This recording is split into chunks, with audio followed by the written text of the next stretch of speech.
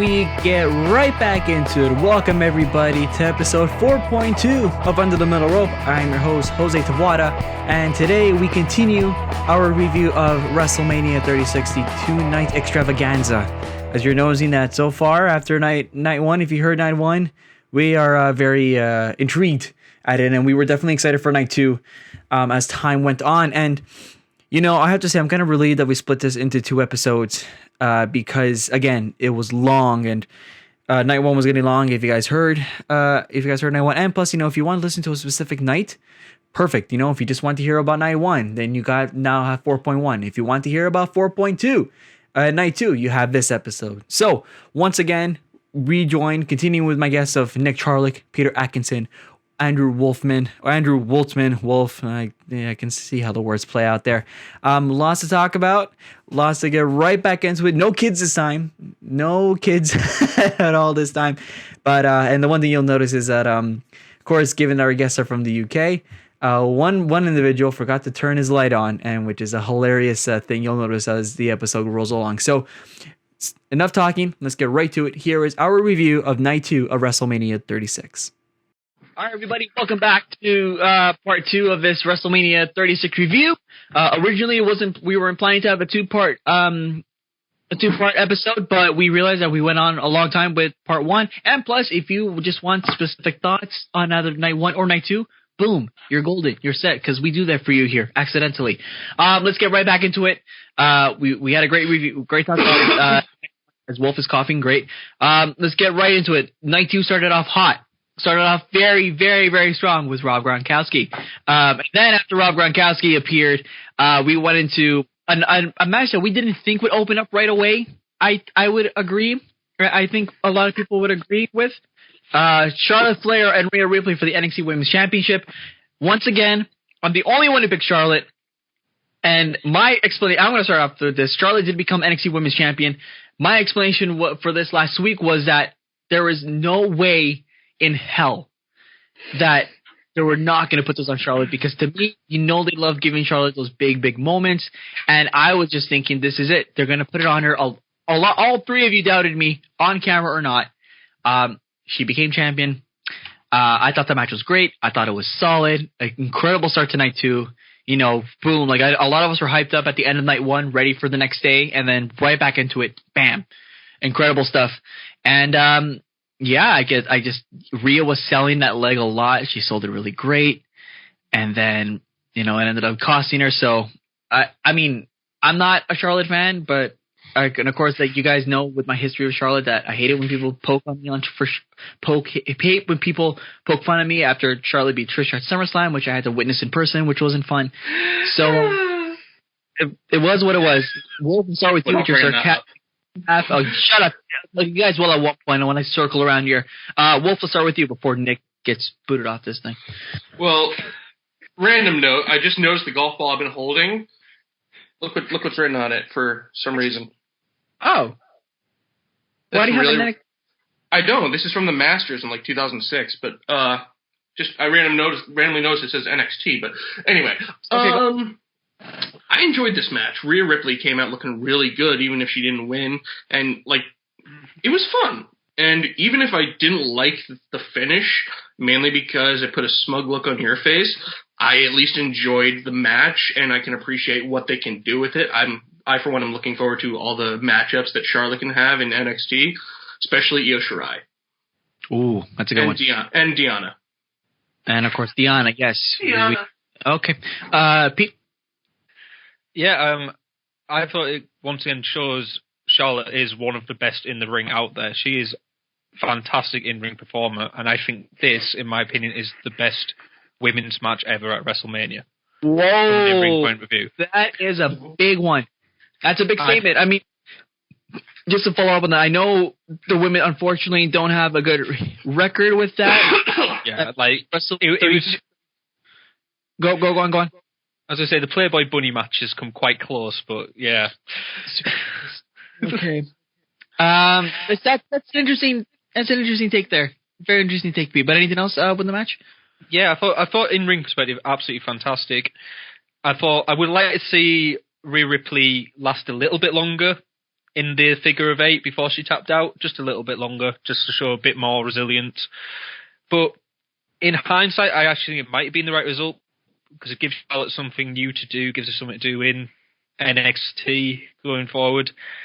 She can have more matches with Rhea. You've got people like Io Shirai. I'd love to see something with Toni Storm down there as well, and that could be a fantastic feud.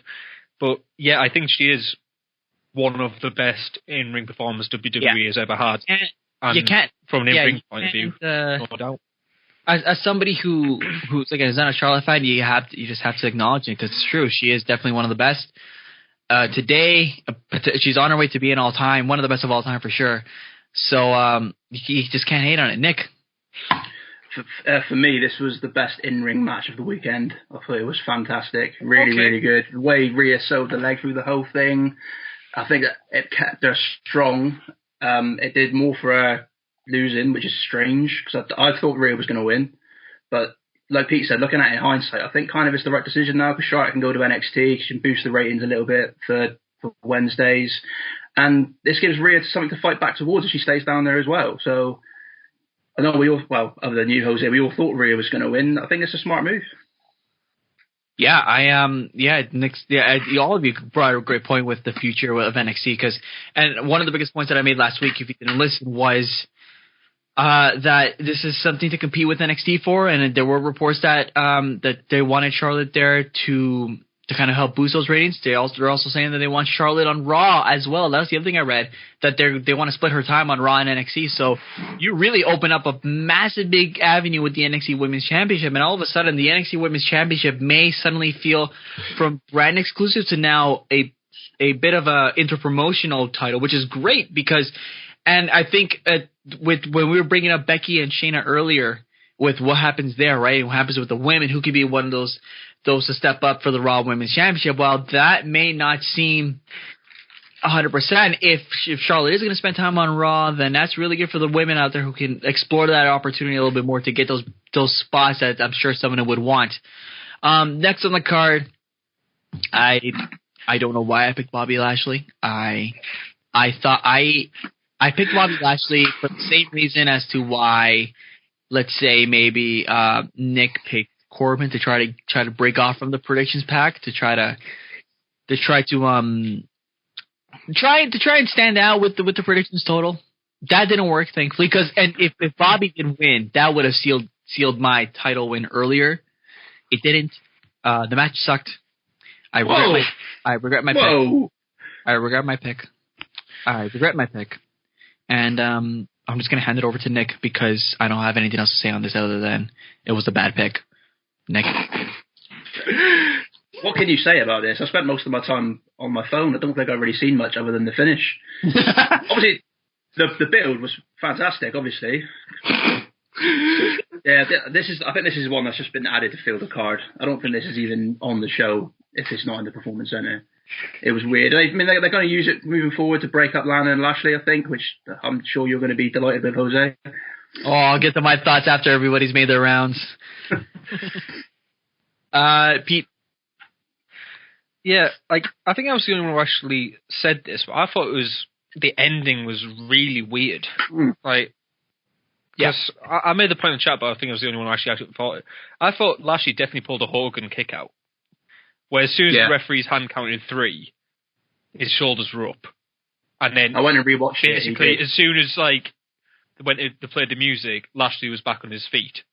That he completely no-sold the Black Mass. I don't know what was going on there. I don't know if he was a bit pissed off about being told he was going to lose Aleister Black with no build or anything, but it just seemed really strange to me, or whether they'll even bring it up again. But the match itself was whatever. No one cared. Black gets a win. We move on. Wolf? Well, Nick stole all my jokes, so I need to start over. Crumble. I didn't really have any expectations for this match because, A, there was no build to it whatsoever. I mean, seeing Aleister Black come out in that weird World of Warcraft costume was pretty dope. And that was nice. Honestly, it was fine, better than I expected because I didn't expect anything. It was a decent Monday Night Raw match. That's all I got. I couldn't care less. Yeah, the ending was a little bit weird. And it's funny you bring up the weird ending because they could have easily just retaped it. It's not live, pal. They're not live. And they just decided to roll with it as the final product for us. Yeah, I bet they did it 15 times and that was the best one. Maybe. In terms of what Nick said earlier, in terms of the potential Lana divorce, I think this was their alleyway to end it for sure, because you had that on Raw they revealed as a post-match interview that Bobby Lashley said he wanted either a new manager or a new wife, whatever that meant. And Lana's looking all innocent, poor girl. 2 breakups in 2 months is tough. For sure.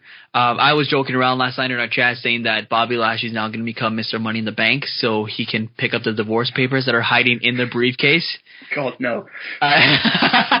It sounds like something Vince would do. It sounds like Vince would say, okay, you want your divorce? Go win the Money in the Bank because it's in the briefcase. Nothing else to say. Moving forward, it was the WrestleMania moment of a lifetime. It was our Macho Man, Miss Elizabeth moment for sure. I can't think of any other beautiful moments like that at WrestleMania. Otis and Dolph Ziggler. Ziggler came out with Sonya. Otis, was Otis. And then Mandy came out to slap Sonya, to low blow Ziggler, and then kissed Otis. What a beautiful, beautiful moment. Very, very, very wonderful indeed. And Otis gives us hope for all of us. For anybody who feel like they can't get that special someone, go get them. Because if Otis can do it, so can you, pal, at some point in time. Unless no is no. Wolf, let's start with you. Let's know your thoughts. I feel like you're clinging to that message a little too much. Jose, who hurt you? Everybody. Mostly me. Your thoughts on the match? I'm here for you. I thought it was a good match. It's not meant to be like a great in-ring match. It's meant to tell a story, and it did. And had a happy ending, and I think we really needed that right now. That's all I can really say. Atkinson. Yeah, I hated this. I felt like it was a big kick in the teeth to attractive, successful men like myself.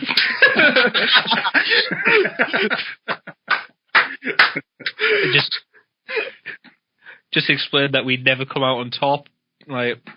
We put in the effort to get the girl, we were going strong, and then some fat comes and takes her away from us. I want to see you in a bandana now. The real deal, Peter. Yeah, that's all I've got to say. Follow that. No, and honestly, I've never been so happy to get a prediction wrong. I'd say it was great. I didn't think it was going to happen yet. I thought it would be some point down the future, but after SmackDown, I would have very much liked to have changed this pick because when the storyline developed a lot on SmackDown before this match, and yeah, great for Otis. He gets his moment. Don't know what's going to go on from here. I don't know whether they're going to have an on-screen relationship or anything now, but yeah, it was a great moment, and what a smile on everyone's face. Nick, you were saying in our chat that you picked Ziggler as well, but you were hoping you were wrong to see that moment, and you got it. So what did you think? Yeah, I thought it was really good. Same as what Pete said. As soon as I seen SmackDown, I knew Ziggler wasn't going to win it because they did what I thought they would do at Mania on SmackDown. So yeah, I think it was a really good moment. Match was fine, but it was all about the story. So yeah, good. Yeah, not much to say then. Not much to say than that. No. Good on Otis, and in a post interview with Mandy, you got one for the fat lads. You got one for everybody.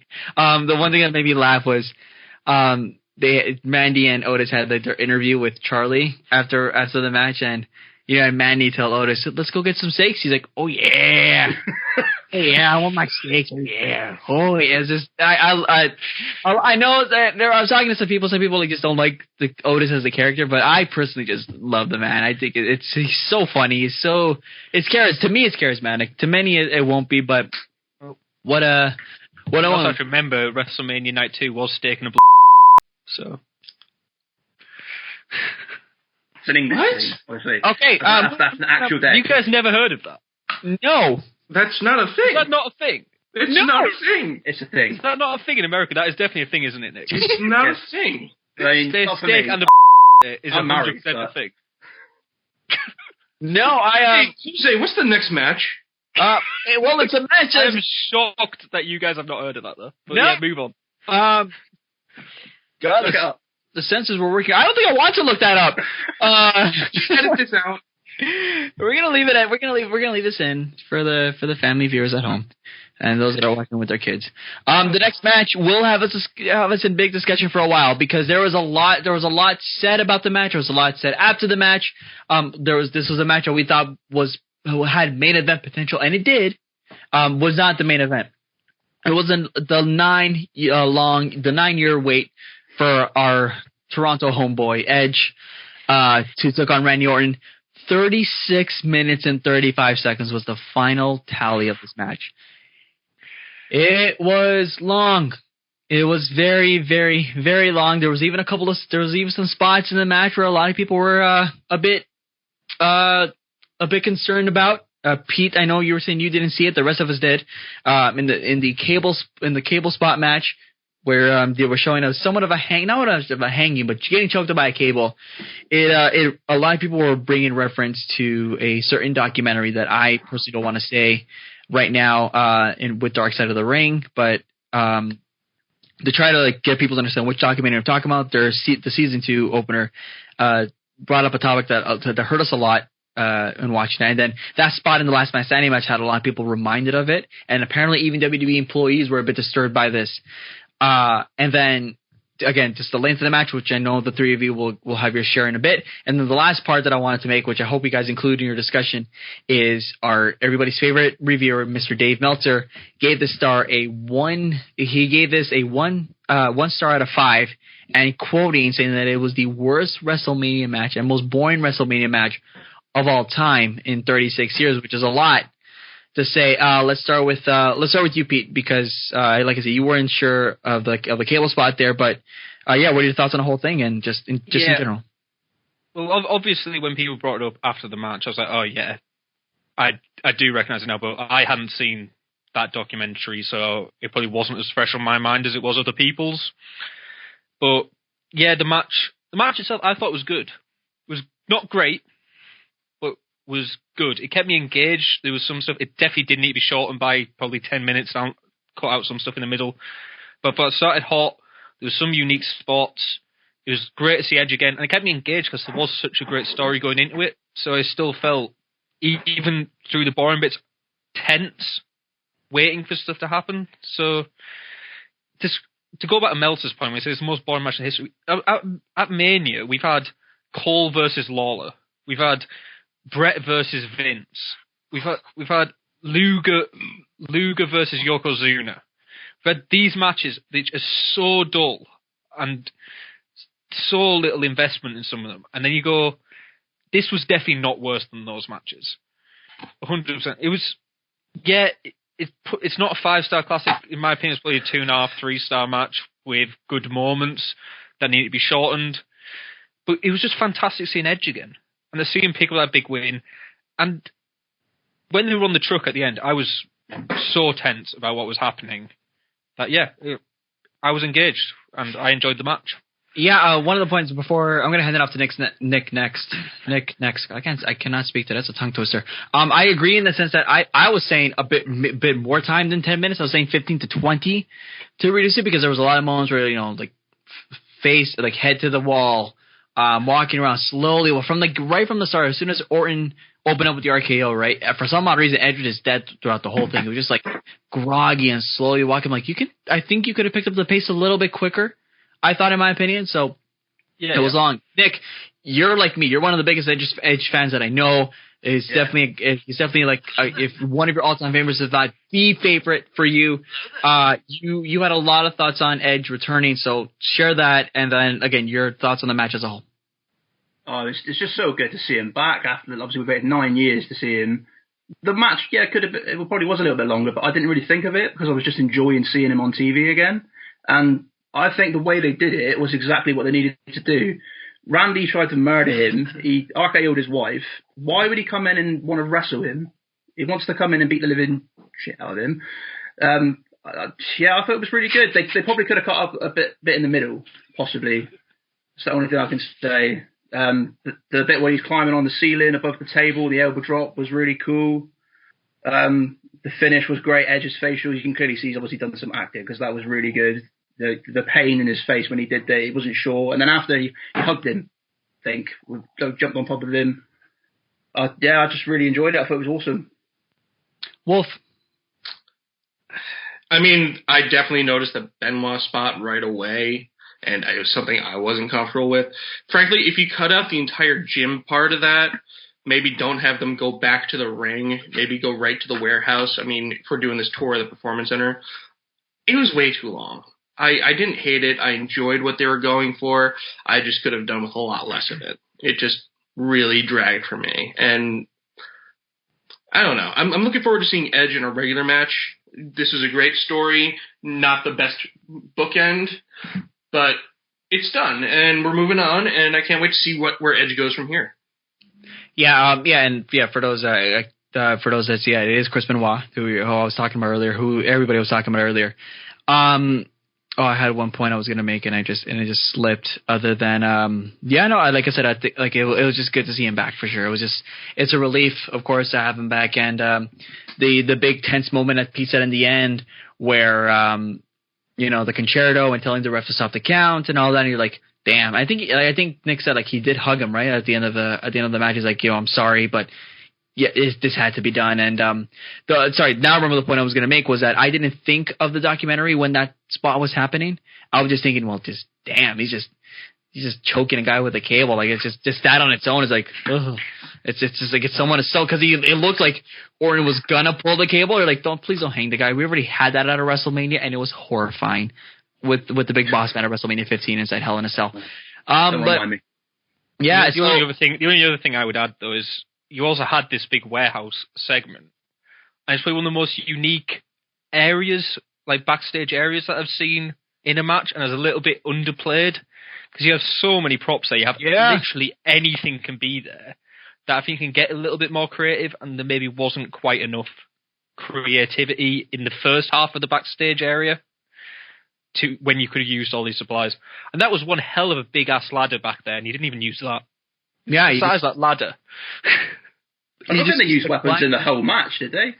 Not much, no, guys. It was literally punch in and throw them into walls. They could have used anything within the environment. I was a bit surprised with that. I think we can all agree chairs, I think we can all agree this definitely had the potential to be a bit better for sure. I'm not saying it. Yeah.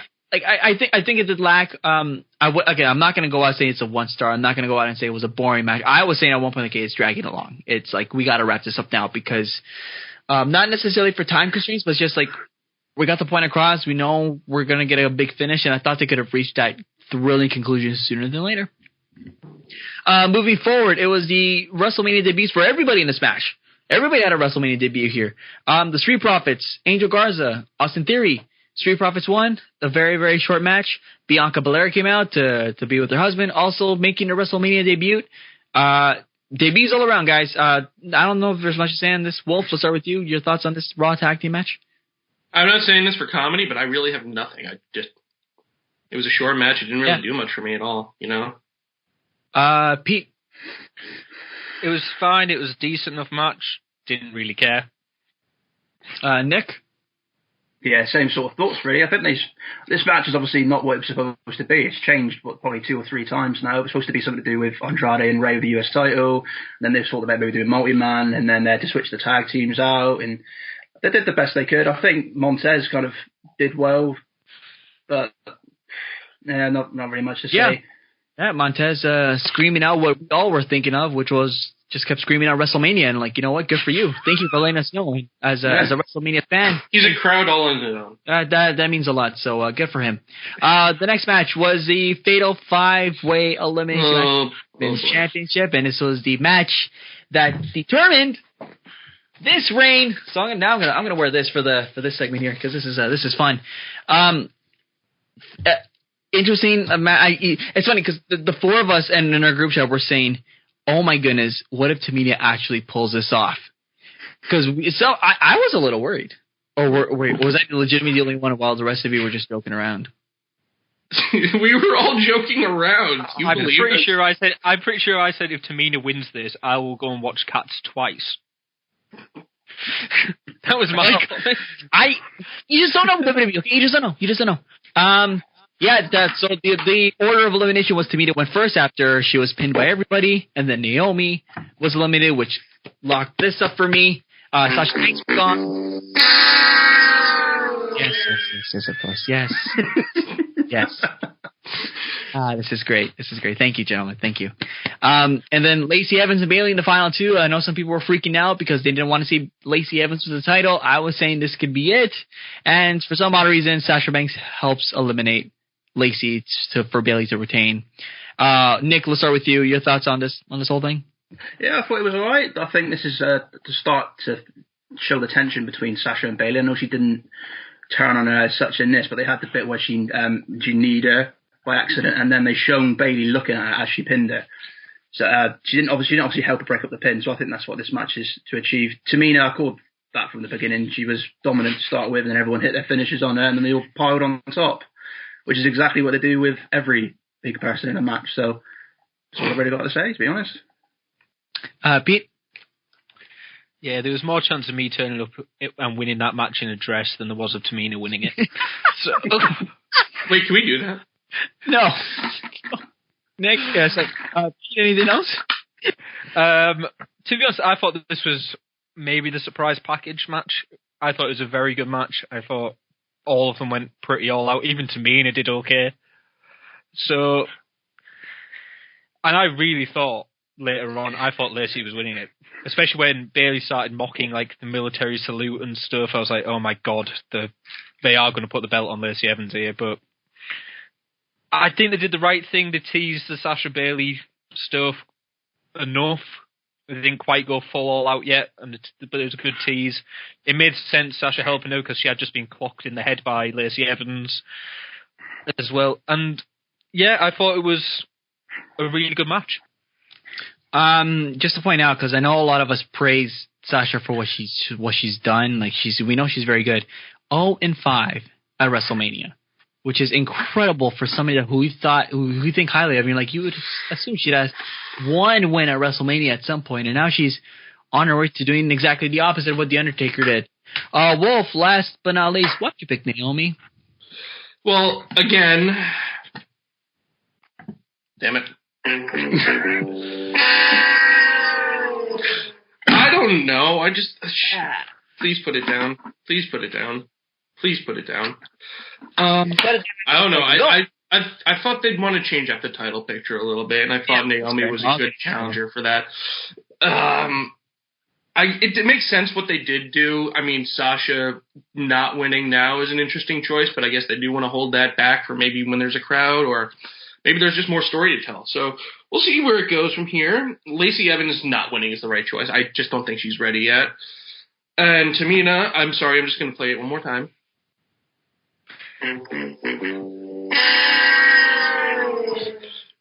Come on, it's fun. That joke's almost that flat now. Ow! Damn it! I just dropped my phone. Same damn sound on my podcast like 8 times. I think everybody here is just hit the nail on the head here. You said that? It is what it is.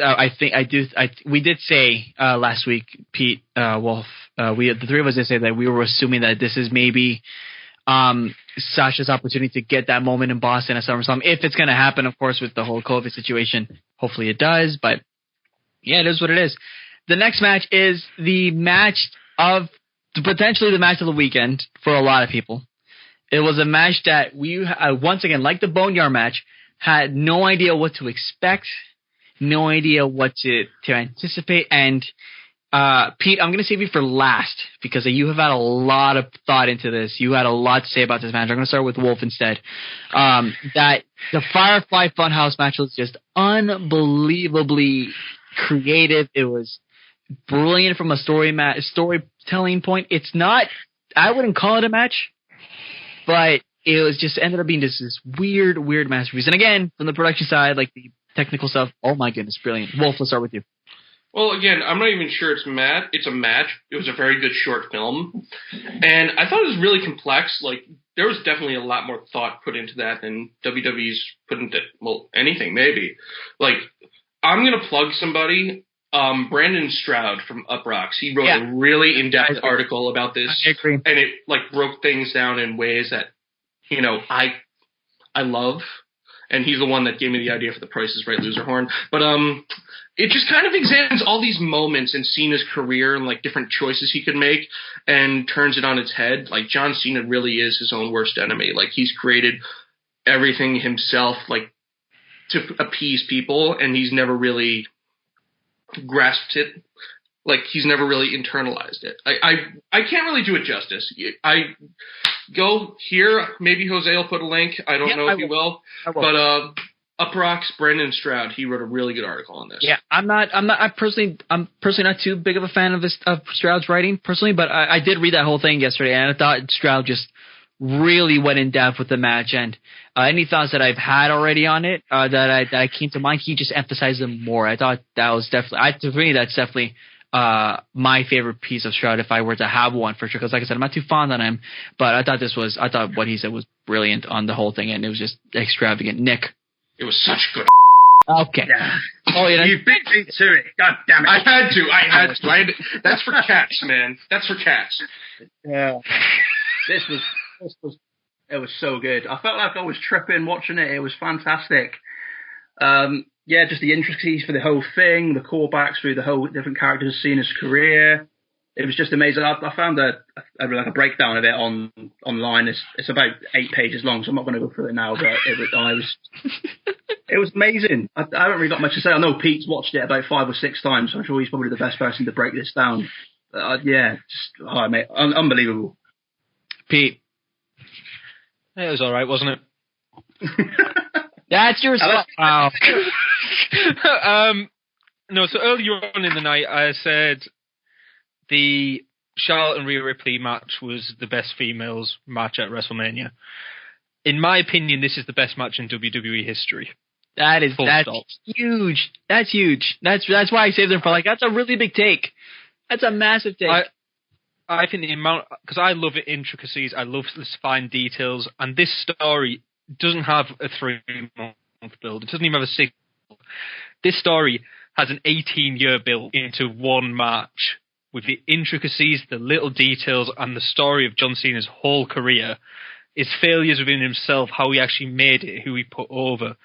And then the fact that Wyatt is a bit to raise the whole idea of John Cena. He got him to hit him with the chair that mini. Then he reintroduced him as Hollywood Hogan through the Bischoff service, and he introduced to us heel Cena. And then Cena then proceeded, he hated it, and he went out and beat up Huskus the pig body, who in my opinion almost represented all these people that have basically tried to swim, and he hasn't respected that. Even the Nexus itself, you think like Husky Harris. And his egos, his frustration took over him, and then Fiend just took him out, he disappeared it, and Babyface Cena was gone. He left that ring, he wasn't there anymore. And as he hit that Sister Abigail, the promo that played over the top of it, of John Cena's own promo, where it was the match at Mania put an end to the most overhyped, overprivileged WWE superstar in history. And that was John Cena all along. Oh, it's just incredible. Like, I could analyze this match for hours and hours on end, which I'm not going to do, thankfully. But my God, what a match. 10 stars, give it all. It was incredible. If I can jump back in. Go. I'm actually just really impressed. Like, we barely even needed the Fiend for this. Like, there's very little Fiend at all. And that was like, I think they rebuilt Bray Wyatt more than they rebuilt the Fiend here. Because we even got, like, classic Bray Wyatt showing up. So I know it's mostly about, like, breaking down how much of a failure John Cena is. But I think he did a really good job. I'm not saying it excuses like the Goldberg thing, but, you know, this is a nice consolation. Pete, we were losing you for a bit there as you were explaining it along, but I'll get you covered. Just talking about, like, just again, like, essentially what you said, the NWO moment, turning heel, the whole 18-year storyline of his debut and whatnot, and it kind of makes you wonder if like the Ruthless Aggression doc was setting up this whole moment, because just the timing of just that doc was just great on the network, and just again like just how detailed they went with Cena, and then like, going back to WrestleMania 30 with the chair and everything like that, essentially everything what Pete said, and again you just can't hate on it. It's just brilliance all around. Do you guys think that this would have been the original idea if we ended up having our show in Tampa? No. Do you think they took advantage of like the PC? I think so too. I don't, which would have been, I guess this is kind of one of those moments where you're happy that this happened. Obviously not happy about the virus itself, but happy that this is what our result was. But thank goodness, like I said, everybody says the nail on the head here. And the last match of the night, last match of WrestleMania, which is I guess will be the quote unquote main event. Pete and Nick, you guys were so happy about this. I think I was happy for you guys. Wolf was happy for you guys. Everybody was happy for everybody. Drew McIntyre, Brock Lesnar. We had our the tiebreaker was not needed. The tiebreaker was not needed between the four of us. But if we did need to go to the tiebreaker, technically, who won here? If Pete was the closest, he was just 10 seconds over. He was just 10 seconds. Like 10 seconds out. He was 10 seconds off, and then of course, if it ended up being a tiebreaker between me and Wolf, Wolf would have won because he picked 7 minutes. I picked 8:30, but it did go 4:35. In just 4 minutes and 35 seconds, Drew fulfills his destiny. The lifelong journey that we all were waiting for is complete. And now he leaves Orlando as WWE champion. Well, can't leave Orlando, but you get my statement there. Nick, let's start with you. What a moment. This was basically the Braun Strowman Goldberg match, but 10 times better. It was basically the same match, but the story just led it into this, and it was brilliant. I feel sorry for Drew not getting the fans there for that, but I think he made it. That was unbelievable. I think that whenever we do come back, whenever everybody gets back to normal, Drew's going to get the pop of a lifetime. I think. I agree. I think that even though like the pop is going to be a bit of the fact that we're just so happy to be back to normal, but Drew's going to get that long pop he deserves. Wolf. I enjoyed it. Like Nick said, it's a much better version of the Goldberg match because Brock Lesnar, despite all outward appearances, actually gives a shit about this business. And he's really good at selling. Where Goldberg, Strowman had him up for the power slam. You could just tell he looked like a lifeless Muppet, just kind of lying there, ready to be thrown down. But McIntyre got into it. There was this emotion with Lesnar. When McIntyre kicked out at 1, Lesnar was like, "Argh!" And he turned very, very purple, very, very purple. I think he should consult somebody. But it was a great moment. I wish there were people in the crowd to see it. I thought it was very effective. Pete? Yeah, this was just a fantastic moment. And I had tears in my eyes as he basically pointed down the camera at the end and basically said, thank you down the camera. I had tears in my eyes at that point because he is deserving of it. You've got a new main event star. And I called this match exactly as it was going to be, basically Claymore F5, Claymore done, 4 minutes, 45 seconds ahead. So I pretty much called it spot on exactly this match. I think I deserve 5 bonus points for that. All right. Yeah. But this was just an incredible moment. I said it in the predictions thing. We've waited for the story in the UK of someone to come along who was worthy of winning this title. And yeah, he calls himself British. Some people say he's Scottish. We don't care. It's just someone from this land who's now won that title and deserves to win the title. And I hope WWE does come back to the UK, and I do have Drew come out with that title in the UK because he will then get basically probably a standing ovation as he comes out. Were you guys supposed to get a Raw and SmackDown in May? Yeah. That's usually when the tour is. Yeah. May and November we usually get them. Yeah. You guys said everything. There was just so much joy and for me personally, I mean, what I was saying to everybody is this is why I love this event. This is why I love WrestleMania. I know everybody says, stuff like the Rumble's better or whatnot, but this event is just brings so much happiness to everybody. You create the best moments you create like the biggest moments of the year at this event, and it just really, with the history of WrestleMania, this Drew McIntyre was just another example of like how great of a moment you can get, and how those emotions can come out and feel with just this one event that's just titled WrestleMania. Like it's just, that's why, like, to me, like, this event will always hit home, and that's why I love. And that kind of reminds you like how happy I am that it's already been a year for me since I went personally, because it's just such a special feeling being there, and I know a lot of fans were robbed, and my heart breaks for them, for especially those that wanted to go to that. We're gonna go to their first WrestleMania, and I know for Drew, he would have loved that moment, but I know that at some point in time he will get the ovation he deserves, and it's just gonna come sooner, hopefully sooner than later. So that's everything. We just wrapped up all WrestleMania Night 2, guys. Out of 5 for both nights. Actually, Night 2 first, and then your overall ratings for WrestleMania. Wolf? For Night 2, I'll go maybe like a 3.8.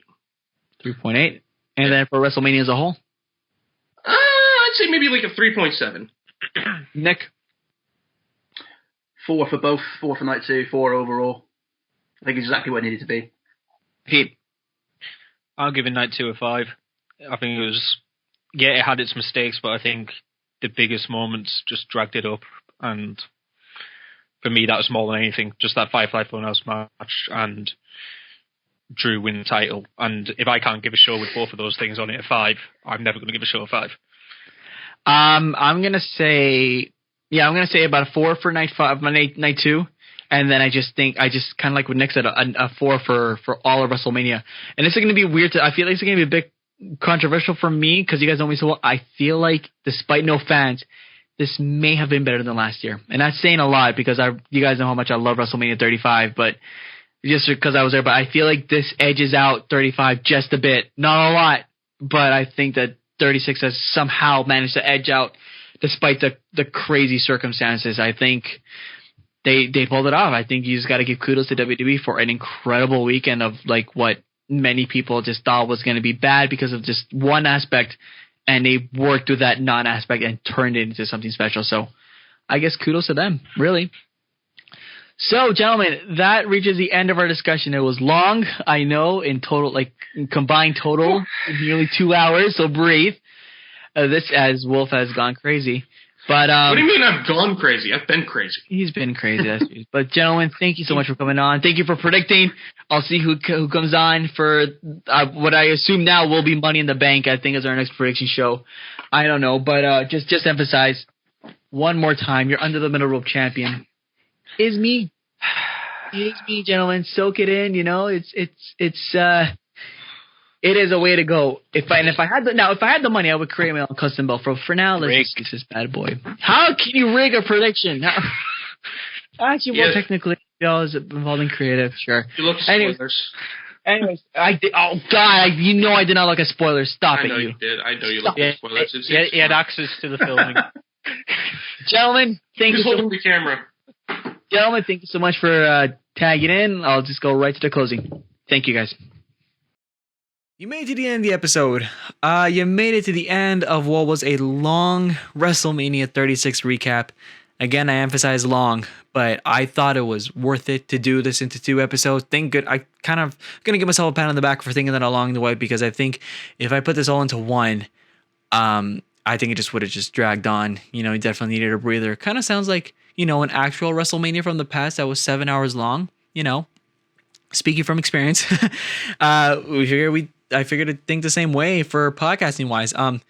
And again, I think for me personally, I think it's pretty big for me to say that this was a bit better than WrestleMania 35, given that I was there. And at the time of this taping, it's the anniversary of since I was at MetLife Stadium. And again, for me, it was such a special, special night. And that's one that I'll forever hold, in my heart. But, from a production standpoint, from an event standpoint, aside from personal experience, I thought that WrestleMania 36 truly delivered. And again, that's saying a lot.